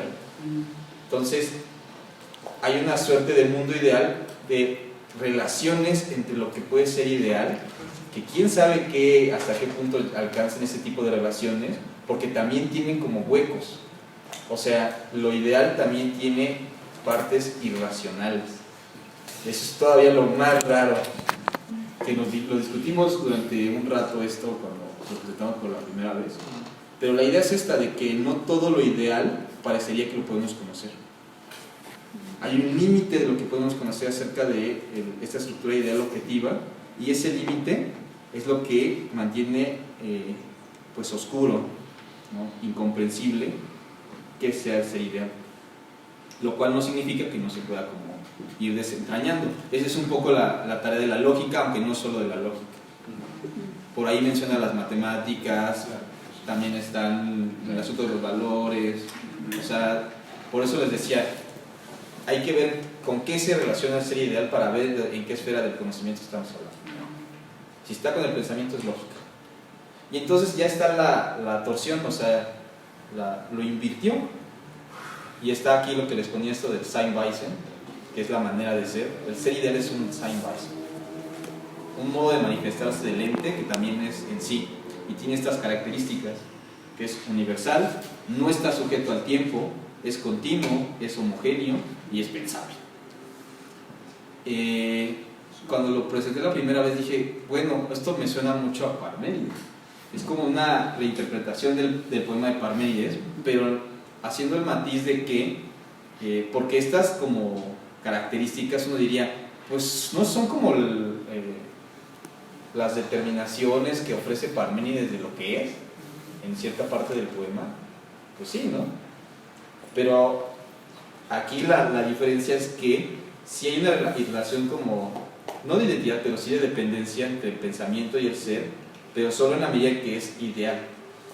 Ese sería como el movimiento que hace Hartmann para interpretar a Parménides, ¿sí? Y esta homogeneidad, les digo, porque tiene que ver con que lo ideal es igual a sí mismo. Hay una relación ahí de lo ideal consigo mismo, que lo hace, pues sí, precisamente no estar sujeto al tiempo ni a ningún proceso. Sí. Y esto lo pongo porque me parece también como muy ilustrativo de Hartmann, que es cuando ya empieza a hacer este giro con la lógica del pensar y la lógica del ser ideal. Porque uno diría, la lógica, si es el pensamiento, pues tiene que ver con conceptos, tiene que ver con formas de razonar, tiene que ver con leyes de cómo es que nosotros pensamos las cosas. Y dice Hartmann, pues no, más bien el concepto, y lo define así, es la unidad de lo homogéneo. O sea, cuando nosotros captamos en las cosas una suerte de homogeneidad, ahí está el concepto. Pero ese concepto logra esa homogeneidad porque está pensando en términos, bueno, está más bien subordinándose a lo ideal. Está viendo ese aspecto ideal de las cosas. Y el raciocinio, ahorita ya para acabar con lo de la lógica y por fin, que no digan que no quiero acabar. El raciocinio, que parecería que son como formas en las que uno puede pensar las cosas y relacionarlas, más bien son las propias relaciones que ya tienen las cosas ideales. Y esto de pertenencias, pues sí tiene que ver un poco con, o sea, un poco lo pienso así. Veamos como un silogismo que dice P pertenece a O y O a R y por lo tanto R, ¿no? Eso sería como esta suerte de raciocinio. Lo que diría Hartmann es que eso no le pertenece al pensamiento, eso tiene una subsistencia ideal. Que habría que investigar cuáles son como sus límites, ese tipo de cosas, pero que ese tipo de dependencias existe, sí, y yo no la pongo. Eso es lo importante. Y por eso tiene universalidad. Eso está interesante. Y las leyes lógicas, que son las leyes que les decía, y relaciones del ser. Según yo, ya por último, digo, ahorita quizás comentemos algo más acerca de lo lógico, pero la nociología no se enfocaría en ninguno de estos dos polos, pero sí los está contemplando. Eso no se pierda de vista. O sea, todo el tiempo también Hartmann está pensando en cómo interviene lo ideal en la relación sujeto-objeto, en esta relación de trascendencia de sujeto-objeto, que es la que vamos a investigar. Y pues ya. No, sí, espérate, regresa. No, todavía no acabas, Dale. A ver, una cosa importante, sí el aspecto lógico, ¿no? Es la relación de subordinación del pensamiento al ser ideal, sí, pero, y esto lo deslizaste así de pasada ahorita, a su vez también las formas lógicas que nosotros podemos llevar a cabo, ¿no? Estas funciones lógicas, ¿no? Concepto, raciocinio, ¿no? son momentos estructurales de las cosas, ¿no? O sea, Hartman hace una afirmación, y esto está en la autoexposición sistemática, que ya vieron que ahí están los audios ya circulando, ¿verdad? Pero eso lo dejamos muy claro cuando estábamos viendo lo lógico, que la posibilidad de hacer una deducción lógica es porque eso es una ley que hay entre las cosas, no es una mera formulación del pensar, ¿no? Entonces, con la lógica nosotros podemos hacer que el pensamiento, ¿no?, acceda a esos momentos ideales de las cosas. ¿Sí se entiende esto o no? No sé, Luis, porque, o sea, sí se entiende, pero ya sabes cómo se pero ¿qué pasa con las falacias? Porque una falacia, a pesar de todo, aún siendo falaz, tiene una estructuración lógica que respondería a un ser ideal, ¿sí? Y eso no implicaría que esa estructura es estructura de las cosas, ¿no? No, precisamente la estructura falaz es algo que solamente tiene validez en su conexión con el pensamiento, pero no representa a la estructura de la cosa. Desde luego, pero mi punto justo en ese sentido es que lo lógico puede tener estructura y no necesariamente es la misma de las cosas. Se corresponde, pero no es que sea la de las cosas. No. Es una parte y eso que estás diciendo es fundamental, porque justamente lo que quiere hacer ver Hartman es que nosotros no podemos meter la totalidad de las cosas en formas lógicas. Claro. Y eso es el lado ineliminable del psicologismo, que tiene que ver con la individualidad, ¿no? O sea, desde esta perspectiva no hay manera de explicar fenómenos singulares, ¿no? Y desde acá no hay manera de explicar fenómenos universales, ¿no? Y resulta que en nuestros conocimientos hay tanto universalidad como singularidad. ¿El teteto de Platón? Me recordó el teteto de Platón, de justamente creencia verdadera, pero no, creencia justificada, pero no verdadera necesariamente. O sea, por ejemplo, yo podría decir que mi vecino tiene un carro, un Honda. Yo he visto manejar un Honda, vi papeles en los que se compró un Honda, que pues lo confirman, pero justamente hace una disyunción. O mi vecino tiene un Honda, o mi papá se fue a Brasil, ¿no? Y sucede el caso en el que el vecino perdió el Honda, y en realidad yo cuando lo vi con ese Honda, no era de él, era prestado. Pero también coincidió en que mi papá se fue a Brasil cuando sucedió eso. Es una creencia justificada, pero no necesariamente verdadera. O sea, justamente sigue una estructura, pero no por eso va a la realidad. Sí, y eso, ojo, porque el gran problema de esto es precisamente cómo podemos nosotros, o lo que siempre nos quejamos, o muchas veces nos quejamos de la lógica, ¿no? Que sí tenemos como las estructuras formales de los razonamientos, pero uno se pregunta, ¿y dónde está el contenido de conocimiento de eso? ¿No? Que es lo que justamente dice que el contenido es alógico, por eso. ¿No? ¿Más preguntas? ¿Dudas? Quería como plantearlo en mis términos para ver si entendí y un poco como para redondear el asunto, pero cuando Hartman plantea lo no metafísico del problema del conocimiento, también está describiendo las tradiciones que han intentado describir el problema del conocimiento, y que han echado de lado la poética metafísica. Y yo, por ejemplo, veo en lo psicológico, en la parte que se centra en el sujeto, bueno, yo al menos lo rastreo hasta Descartes, ¿no? Cuando en la segunda meditación dice que aquello que sea la cera no lo conoce, pero sí tiene acceso a sus estados mentales, a sus estados de conciencia. Eso sí le es inmediatamente cognoscible, mientras que el mundo externo no. Entonces abre una brecha entre ambos campos y, bueno, después apela a Dios y la vuelve a unir, ¿no? Pero Locke le seguirá el camino en cuanto a que se queda en los estados de conciencia, y no da nunca cuenta de la esencia real, ¿no? Hume hace un poco lo mismo, y de hecho dice: no sostengo hipótesis sobre aquello que causa mis percepciones, y bueno, en Kant ya se vuelve todo más complicado. Pero digamos, esa es la parte de la tradición que a partir del sujeto intentó dar cuenta de la totalidad del problema del conocimiento. Sí. Y también lo veo del otro lado, como cuando se descubrieron las verdades lógicas, que no requerían constatación empírica, sino que simplemente requería el análisis de los conceptos, o sea, las verdades que son evidentes de suyo, se alojaron en el mundo de la lógica, de la geometría y la matemática, ¿no? Y nunca intentaron ir al objeto en sí real, ¿no? Se quedaron en el objeto sí ideal.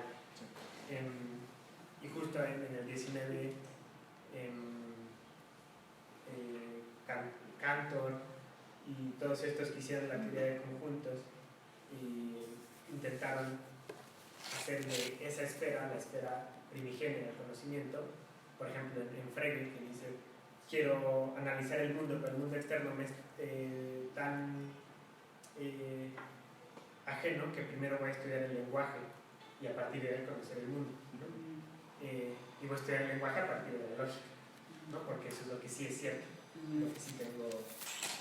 Digo, querían evitar la metafísica y para evitarla se centraban en lo que sí creían que era accesible. Pues, entonces hicieron este puente, ¿no? De la lógica al lenguaje y del lenguaje al mundo, pero intentaron explicar la totalidad de los hechos a partir del análisis lógico, ¿no?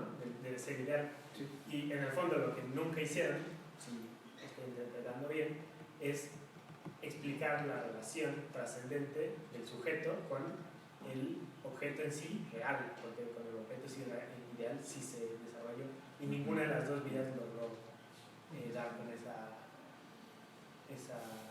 relación. No sé si así se podría interpretar. Yo lo arrastré hasta la modernidad, no más atrás.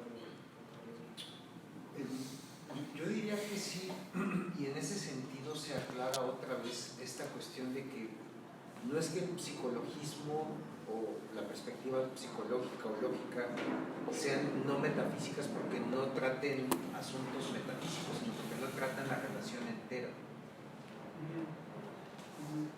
¿no? O sea, evidentemente tienen una postura metafísica, ¿no? O en un caso que hay solamente conciencia individual, en otro que hay conciencia trascendental, en una que no hay objetos en sí, en otra que los únicos objetos en sí son las cosas que son atemporales, universales, ¿no? El problema es que por el análisis sesgado de las cosas no están dándose cuenta de que esas determinaciones solamente se pueden entender en la relación entera del conocimiento, ¿no? Entonces creo que sí va por donde estás diciendo. ¿Alguien más?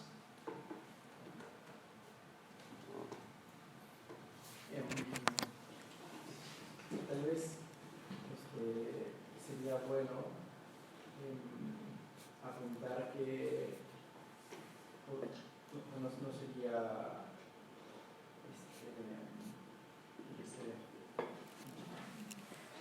atrevido decir que lo que sucede a mediados del siglo XIX es una revolución en cómo se comprende la ontología, ¿no? Porque los griegos partían de la distinción entre, digamos, lo que aparece, ¿no? Y lo que no aparece, pero que es. Y en esta relación, pues, obviamente, digamos que la palabra mágica es la del ser. Entonces, ahí decía Jalí, esto del ser lógico me resuena mucho a las ideas de Platón, ¿no? Y justo es curioso que antes del siglo XIX va a haber una nueva forma en la que se ordena, en la que se ordenan las cosas, ¿no? Por eso, por ejemplo, Lask va a decir que el ser es solo una categoría regional, porque falta otro ámbito que es el del valer, ¿no? que es el de lo lógico. Y esto acontece con Lotze. Y es muy curioso que Lotze llega a la validez por medio de Platón, es decir, por una interpretación del mundo de las ideas de Platón. Les voy a leer un pequeño apartadito, dice, fíjense, la verdad que Platón pretendía enseñar no es otra que la que hemos estado exponiendo, a saber, la validez de las verdades fundamentales, al margen de la cuestión de si pueden ser establecidas en relación con cualquier objeto del mundo externo, en cuanto a su modo de ser, la significación eternamente autoidéntica de las ideas, que siempre son lo que son, sin importar si haya o no cosas que por participación en ellas las hagan manifiestas en el mundo externo, o de que haya espíritus que por pensarlas les otorguen la realidad de un evento mental. Entonces, claro, de lo que quieren incluir estos cuates es de la hipostasiación que podría surgir con el mundo de las ideas, ¿no? Es decir, que, por ejemplo, no existan los principios matemáticos, ¿no? Y digamos que se van al ámbito de lo suprasensible, ¿no? Es decir, aquello que no nos lo podemos encontrar en el mundo empírico, pero en el saco de lo suprasensible también nos encontramos a Dios, nos encontramos al espíritu, etcétera, etcétera, etcétera. Entonces aquí la cuestión es cómo podemos hacer que haya un terreno ontológico, porque dice, lo va a decir, hay 4 formas de la efectividad, ¿no? Él dice de la Wirklichkeit, ¿no? Dice, el ser se divide en 3, que es, bueno, no hace falta que les diga, pero sí las falta que les diga. Y luego está la otra esfera, que es la del valer. Y claro, entonces, por ejemplo, el principio de no contradicción, ¿dónde queda? Bueno, pues en el reino del saber, del valer. ¿Dónde queda, por ejemplo, el teorema de Pitágoras? Claro, en el territorio del valer. ¿Dónde queda que la diagonal de un cuadrado es inconmensurable con el lado, ¿no? Claro, en el lado del valer. Entonces, se quiere salvar la objetividad sin caer en un terreno metafísico, ¿no? Es decir, sin tenerle que conceder existencia, ya sea existencia suprasensible o sensible.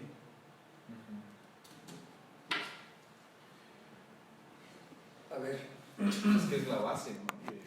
Pues todo el neocantismo y de Hartmann. es que el otro día le estaba leyendo a Jardín un pasaje que está en el texto de cómo es posible una ontología crítica en general, que se escribió en 1923 Hartmann.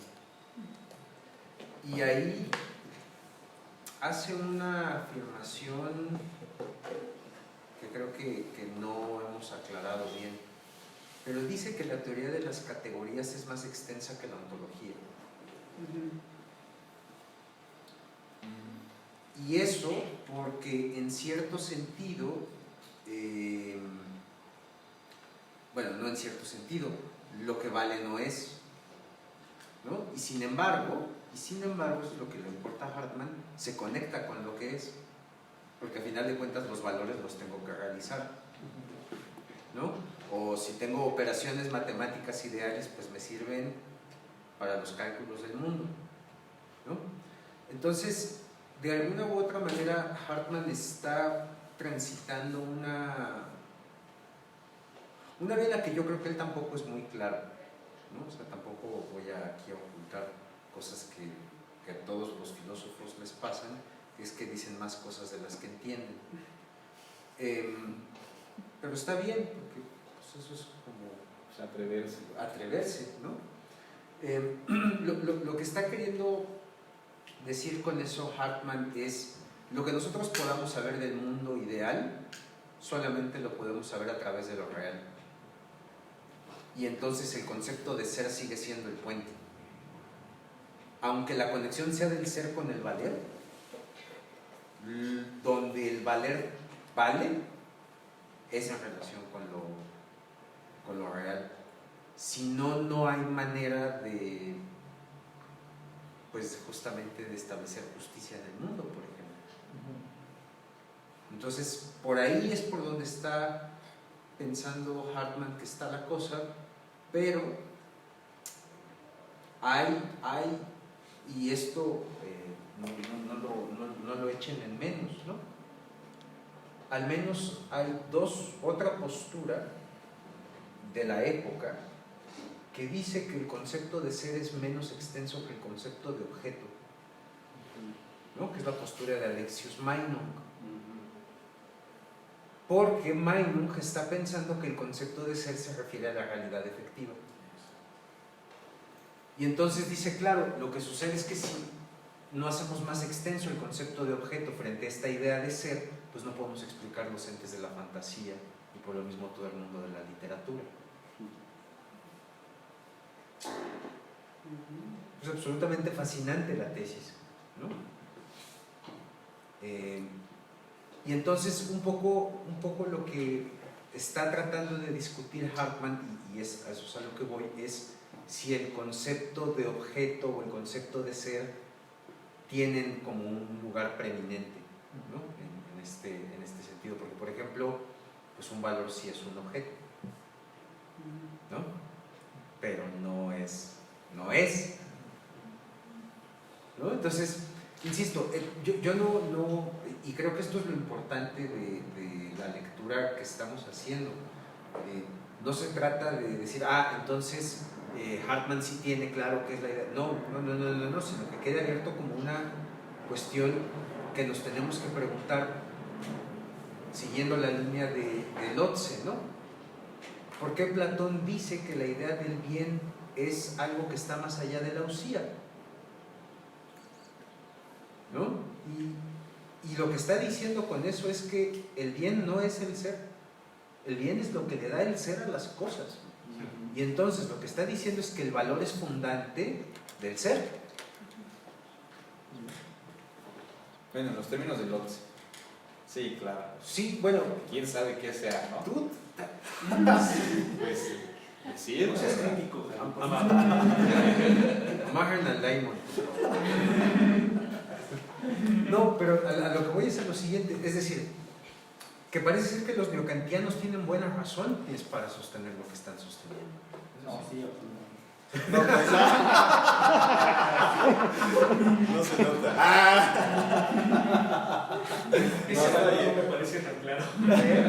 No lo veo bien, pero bueno, está bien. Entonces, y esto solamente lo digo para avivar una vieja discusión, porque esta es una discusión que hay de fondo con Heidegger también, ¿no? Que es como el pensar que más fue detractor de la idea de los valores, ¿no? En la época.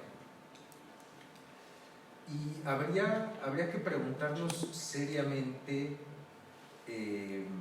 si la vida humana como la entendemos, la vida fáctica como la entendemos, es explicable solamente desde esta cosa de la comprensión del ser, ¿no? Parece ser que la vida que nosotros entendemos la entendemos mucho antes por la idea del valor que por la idea de lo que es, ¿no? Y eso es un poco lo que está tratando también de poner en tela de juicio Hartman, ¿no? Es decir, ¿qué conexiones puede tener esto que no es efectivo? No, sí es efectivo. Lo ideal. Es que es muy raro, porque ¿cómo traduces esa palabra? ¿Qué? Wirklichkeit como efectividad.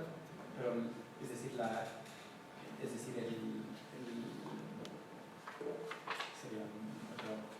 el valer sí tiene efectividad. Puede, ¿no? Es una condición.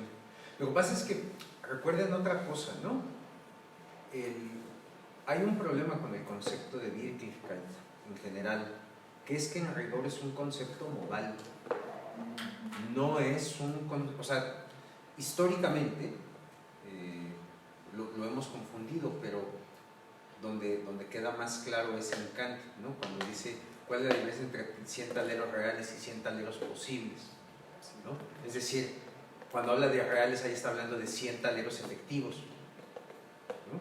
Entonces parece ser que el problema del concepto de Wirklichkeit es esta cuestión de la efectividad, y si es efectivo es temporal. Sí, claro, pero ahí es que sí es una palabra muy, muy difícil de traducir, porque puede traducirse por lo menos de dos maneras, como efectividad o como realidad, ¿no? Pero ahí nos metemos en un problema, porque si queremos decir que lo que vale no es real, sino ideal, y le estamos dando realidad o efectividad con Wirklichkeit, pues es una contradicción. Entonces ahí, por ejemplo, Lask lo que hace es traducir la Wirklichkeit como el ámbito total de lo pensable, ¿no? Entonces le da una vuelta y me parece que es más aproximado. El ámbito total de lo pensable. Entonces, por una parte, claro, está los fenómenos que acontecen y que, claro, están sujetos a la contingencia, y luego está lo que no acontece, ¿no? Lo que no es efectivo, pero que es pensable, ¿no? Y que es atemporal. Pero suena un poco una manera de entender el concepto bastante positiva, digamos. Es una cosa que pone el autor. No es algo intuitivo esa manera de entender Wirklichkeit. O sea, tengo que aprender este autor y ese uso en particular de esa palabra para decir, claro, es esto. Porque, en cambio, la palabra... Acuérdense ustedes también, si no se acuerdan, les digo también. Acuérdense que la palabra realidad y efectividad son sinónimas, en cierto sentido, incluso en español, porque la idea es que lo real es aquello que llega a efecto, por eso es efectivo. Por esa razón la palabra efectividad y realidad son sinónimas. Y estas dos palabras son maneras de traducir, por ejemplo, del griego antiguo entelequia. La entelequia, que es efectividad o realidad. Por ese motivo, los escolásticos, por ejemplo, hablaban de realitas en términos de aquello causado, aquello formado, aquello realizado, ¿sí? Y por esa misma razón la palabra realidad se asocia a la causa eficiente. Lo que adquiere realidad es lo que se ha efectuado, digamos, ¿no? Entonces, esa es como la lógica semántica del término. Esta nueva manera de entender lo que normalmente sería efectividad es una manera bastante peculiar, digamos así, no es tan intuitiva, pero me parece una aportación muy sugerente. No obstante, la idea de lo efectivo, por tanto lo real, nos ilustra para saber que real no es antónimo directo de ideal, porque algo puede ser ideal efectivamente, ¿no? Y en esa medida es perfectamente posible que haya realidades ideales, y eso no es contradicción, ¿no? O sea, pero cuando asumimos que realidad es antónimo de ideal, bueno, dado ese axioma previo, claro que tendríamos una contradicción, pero de hecho en términos de la propia evolución de la lengua, no es una contradicción, ¿no? No sé si me voy a entender mínimamente también, ¿no? Sí. ¿Comentarios? ¿Dudas? Hasta aquí. Algo muy rápido. Que cuando Lotze se pone a leer a Platón para decir que lo que Platón estaba haciendo la edad de la validez, dice, es que es una lástima que Platón no haya tenido el recurso idiomático de Gelten, ¿no? Del valer. Eso dice. Es decir, le fue imposible, o sea, estaba pensando en eso, pero no contaba con el tesoro del idioma alemán, ¿no? Entonces sí podemos hablar del ballet, pero es cierto que si seguimos con la noción clásica de ser, es fácil confundir aquello que es suprasensible, ¿no? Es decir, digamos que con la nueva categoría de la efectividad, que sería la del valer, podremos ser más exactos a la hora de ordenar las cosas, ¿no? claro, justo como este es un problema que ese capítulo deberíamos de leerlo alguna vez aquí nosotros. ¿Cuál? ¿El de 12? Sí, porque también se conecta con un problema que apunta Hartman en el problema de Leidos en Platón y Aristóteles, ¿no? Porque dice Hartman, bueno, es que está el problema de Leidos, que es una duplicación del mundo, ¿no? Es decir, está el caballo, pero está la caballeridad, ¿no? Por así decirlo. Y entonces, pues, ¿cómo hacemos para quebrar este abismo, ¿no? El problema de la participación. Claro, este horismos, ¿no? Y dice Hartman, Aristóteles cree que lo puede resolver insertando el eidos en la sustancia, ¿no? En la sustancia como esto concreto. Entonces, el caballo tiene la caballeridad, ¿no? Y lo que dice Hartman es que Platón sí había podido, no se había metido en ese problema porque en sus diálogos posteriores, ¿no? Como el sofista, etcétera, hace que haya una relación, ¿no? entre los géneros y lo que hay, pues, cosa que Aristóteles no puede subsanar, ¿no? Queriendo instar el eidos en lo que es, ¿no?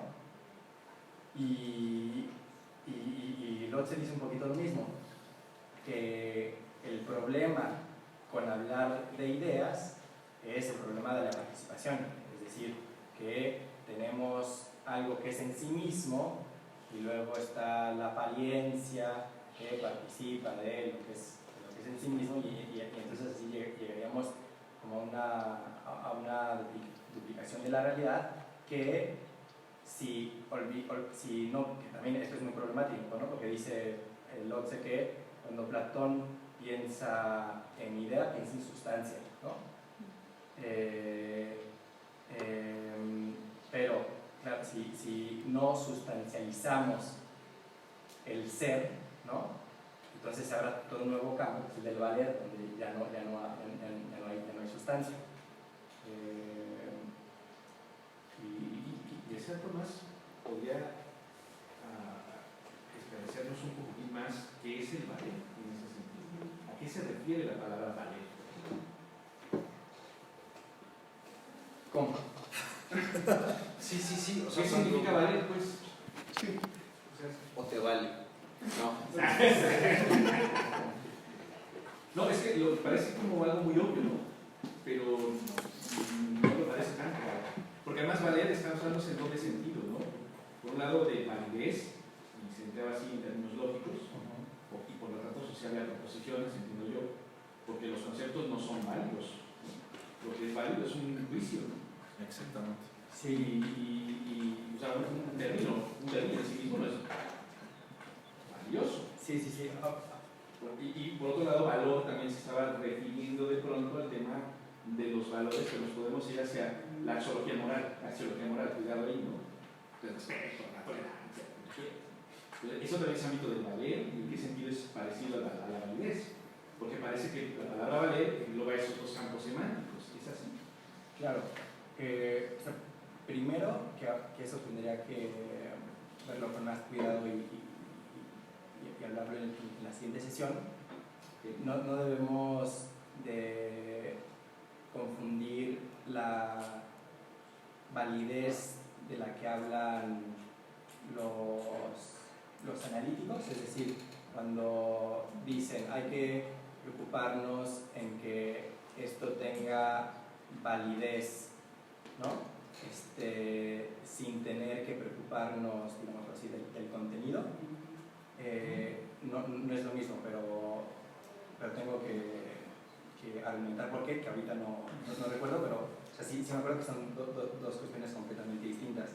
Luego, el problema es que, claro, valer es gelten en alemán, y luego validez es gelten, ¿no? Y es una palabra súper complicada porque tiene muchísimas acepciones, ¿no? Que de pronto en el español se pierden. Entonces sí, es una palabra con muchísimos significados. Ahora bien, cuando me preguntas a qué se refiere con el ballet, o sea, lo primero que se me viene a la mente es algo que se contrapone al existir, ¿no? Es decir, como la solución a la que llego es como una solución negativa, ¿no? Es decir, no es esto. O sea, valer es existencia y es no. Sí. Ok. Sí. ¿Le da razón? O sea, es comprensible lógicamente, pero no entiendo muy bien a qué se refiere ontológicamente. O sea, cuando, por ejemplo, decimos que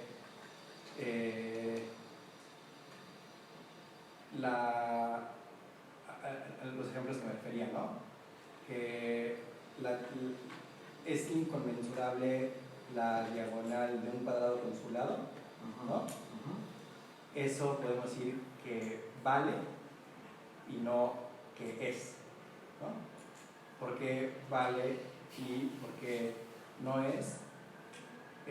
Porque no tiene ningún tipo de existencia efectiva como lo hemos estado planteando, no como con el ejemplo que tú nos diste de latín, es decir, no nos encontramos a una diagonal perfecta en el mundo real que pueda ser sustraída a términos ideales, ¿no? Sino que estos, digamos, términos ideales se le anteponen a aquello que es. Entonces, podríamos ir por ahí, que es inexistencia en el sentido de que no te lo puedes encontrar en el mundo, ¿no? Sí, pero que es, sin embargo, puede ser afirmado, ¿no?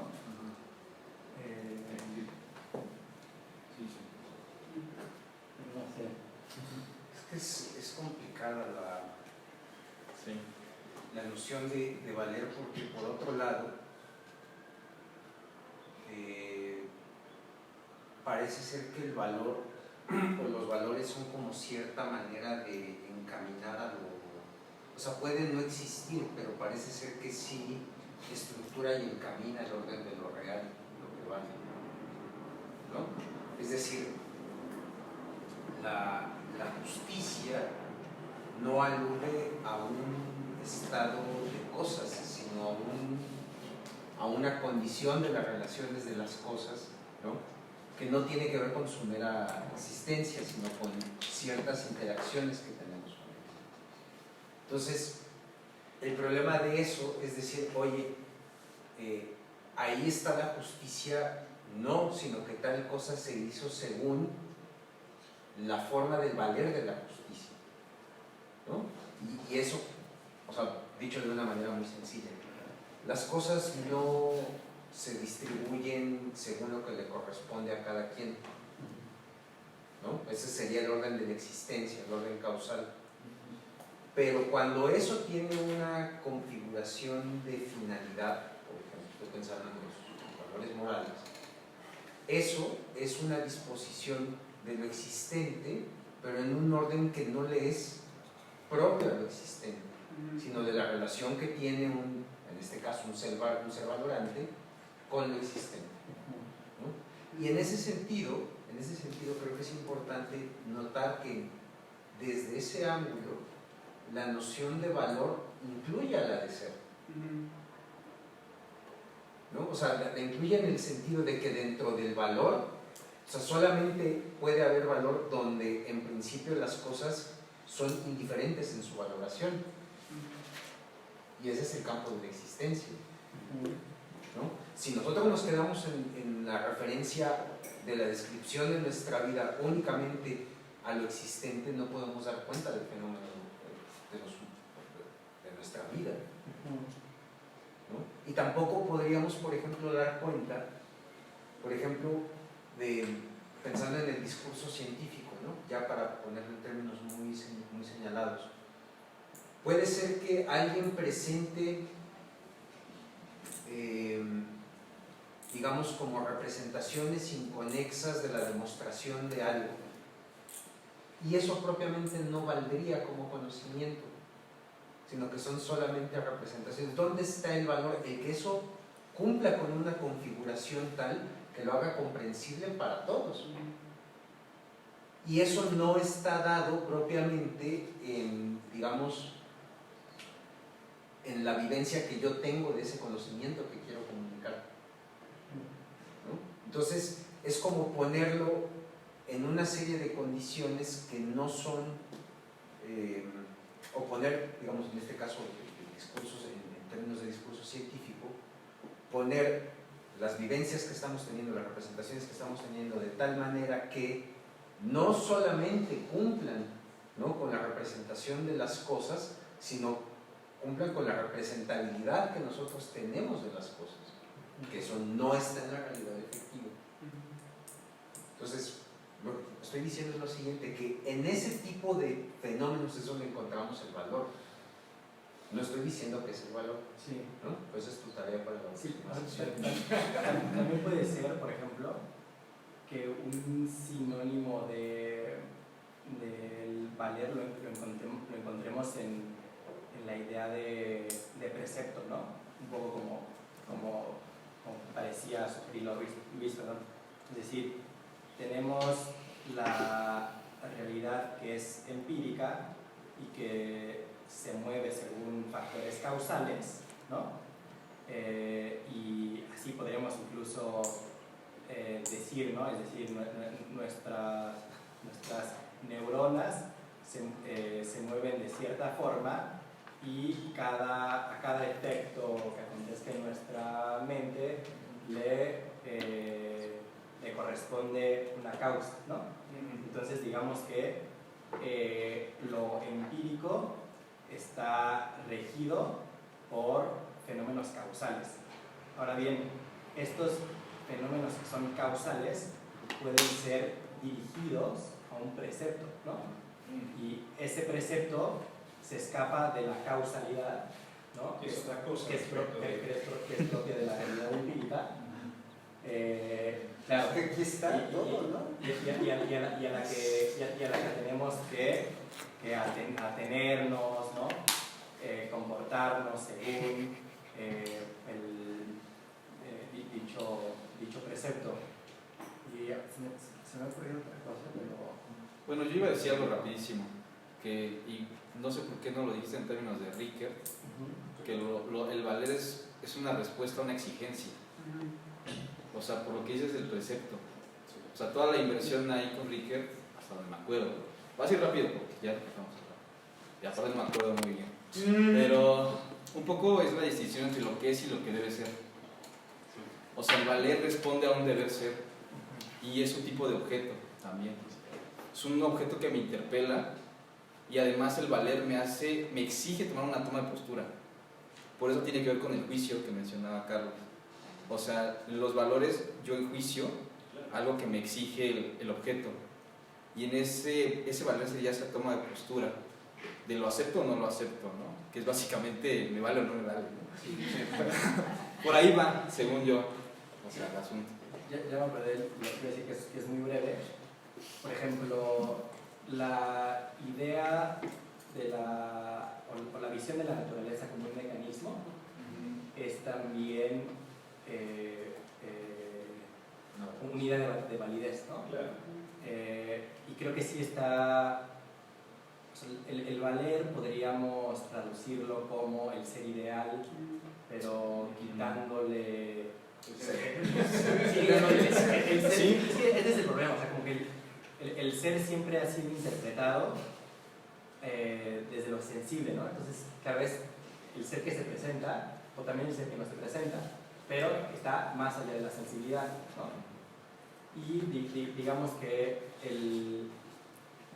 falta ahí la cuestión de la idea, ¿no? Sin tener que remitirla al ser, que ya vimos que es necesario, ¿no? y donde Hartman pone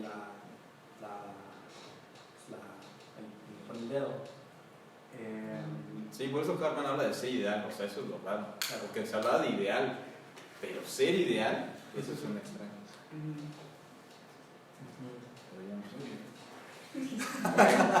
Entonces la próxima sesión